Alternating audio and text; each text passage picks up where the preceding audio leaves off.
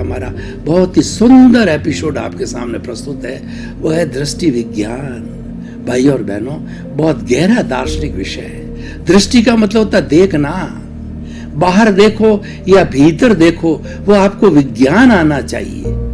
व्यवस्थित ज्ञान को विज्ञान कहते हैं। जो ज्ञान सुचारू रूप से हम प्रकट करते हैं, ग्रहण करते हैं, लोगों को बांटते हैं, वो विज्ञान कहलाता है। और विज्ञान हमेशा सच्चाई पर चलता है। विज्ञान पूरे विश्व के अंदर कहीं पर भी हो, उसके एक से नियम होता है, एक सा दिखाई देता है, एक सा लागू होता है।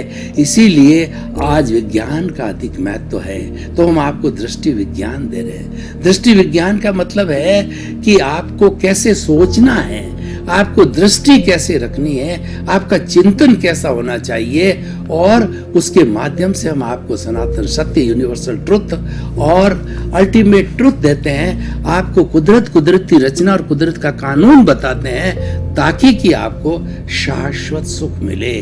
वो दृष्टि विज्ञान क्या है? देखिए, हमारा पूरा विश्व है, ये दो चीजों से बना हुआ है।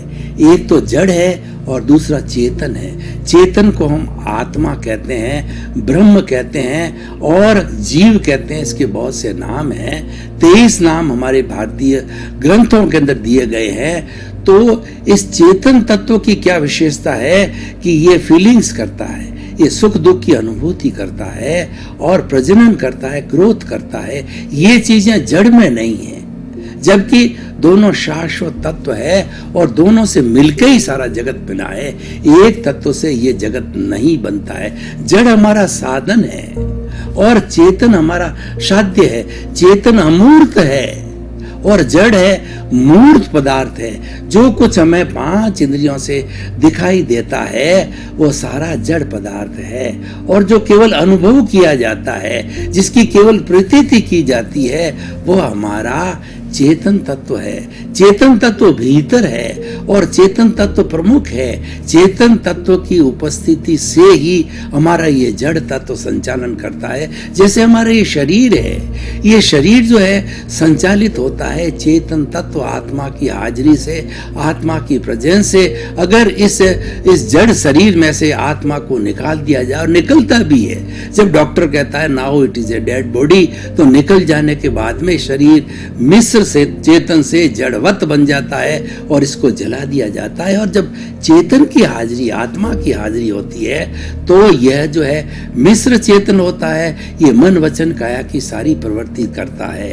तो हम क्या कहना चाहते हैं, आपको दृष्टि विज्ञान क्या देना चाहते हैं कि एक आत्म तत्व जो कि अमूर्त है और असंख्य चेतनामय परमाणुओं के पिंड को आत्मा कहते हैं, और जो सुख दुख की अनुभूति करता है, और वो उससे व्यक्ति जीवित प्राणी बनता है। कोई भी प्राणी हो वो जीवित प्राणी बनता है। तो ऐसा जो चेतन तत्व है, उस चेतन तत्व को छोड़ करके पूरा विश्व जो है वह जड़ से बना हुआ है। यानी जो कुछ व्यवहार होता है वो चेतन तत्व के द्वारा होता है। तो हम आपको दृष्टि विज्ञान क्या देना चाहते हैं कि चेतन सच्चाई है, चेतन सनातन सत्य है, और चेतन जो है वही मुक्त होता है। और चेतन का शुद्ध रूप, जो हमारा शुद्ध आत्मा भगवान जो भीतर विराजमान है, उसका शुद्ध रूप स्वयं तो वह मुक्ति है।